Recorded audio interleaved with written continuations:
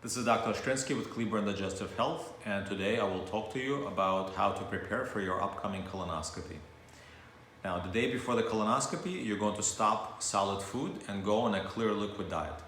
Clear liquid diet constitutes drinking water along with things like strained fruit juices such as apple juice, grape juice or cranberry juice, lemonade or limeade, coffee or tea as long as it doesn't have any creamer in it, chicken broth, jello with no fruit inside, Gatorade, and popsicles. That would be just examples, some of the examples of a clear liquid diet. Things that are not okay to drink before your colonoscopy would be milk or alcoholic beverages. So at 8 p.m. the day before the procedure, you will start drinking the prep. And the prep that I commonly prescribe is soup prep. It comes in a white purple bottle like this. This is just a demo kit. But when you open this up, there will be 2 doses of the prep along with a measuring container. So at 8 p.m. you will take out the container and the first half of the prep. You'll pour the contents of the bottle into the container, and then you add water up to the fill line, which is a 16-ounce fill line.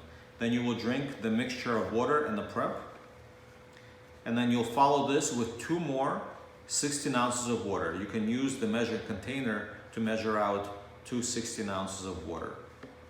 So that will be the first half of the prep that you drink at 8 p.m. the evening before the test. And then you'll go to sleep. You have to wake up 4 to 5 hours before you're scheduled to arrive for your procedure and drink the second half of the prep.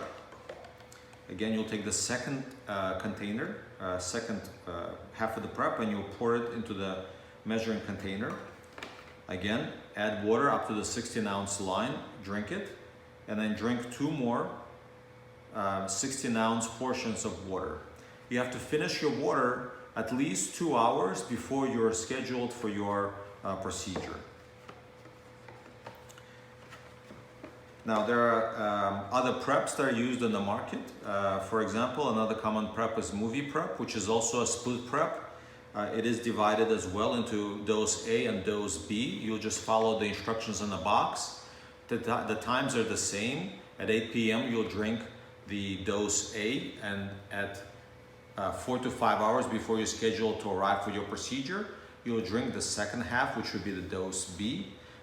If you are prescribed Colite or Go Lightly, that's a gallon of liquid that you need to drink. You'll just have to split that in half. Again, 8 p.m. the day before the procedure, the evening before the procedure, you'll drink the first half of the prep, and 4 to 5 hours before you're scheduled to arrive for your procedure, you will drink the second half of the prep. Now, there are certain special situations, for example, that you need to pay attention to. So, for example, if you're taking blood thinners, such as aspirin or Plavix, you'll need to stop those. So again, things like aspirin, Plavix, or warfarin will have to be stopped 7 days before your procedure. If you're on Xarelto, Pradaxa, or Eliquis, that can be stopped 3 days before the procedure. If you're taking anti-inflammatory medications such as Motrin, ibuprofen, Aleve, naproxen, Celebrex, Meloxicam, or Mobic, those need to be stopped 7 days before the procedure as well. If you are taking any blood pressure or thyroid medications, do not stop those. It's very important that you continue to take those medications, and you should take them on the morning of your procedure with a small sip of water. If you have diabetes and you are on insulin, you need to decrease your dose of insulin by half the day before the procedure. So during the time that you're drinking clear liquids, you should only be taking half of the usual dose of insulin that you take. And do not take any insulin on the morning of the procedure. If you're on oral hypoglycemics, such as metformin or glyburide, then do not take any tablets for diabetes or oral hypoglycemics the day before the colonoscopy or on the morning of the colonoscopy. On the day of the colonoscopy, you're going to receive anesthesia, so it is very important for you to come with a responsible adult. You will not be allowed to drive yourself back, and if you do not have a driver who can stay with you for for the duration of the procedure and take you home, we will not be able to do the procedure. That's pretty much it for how we prepare for the colonoscopy.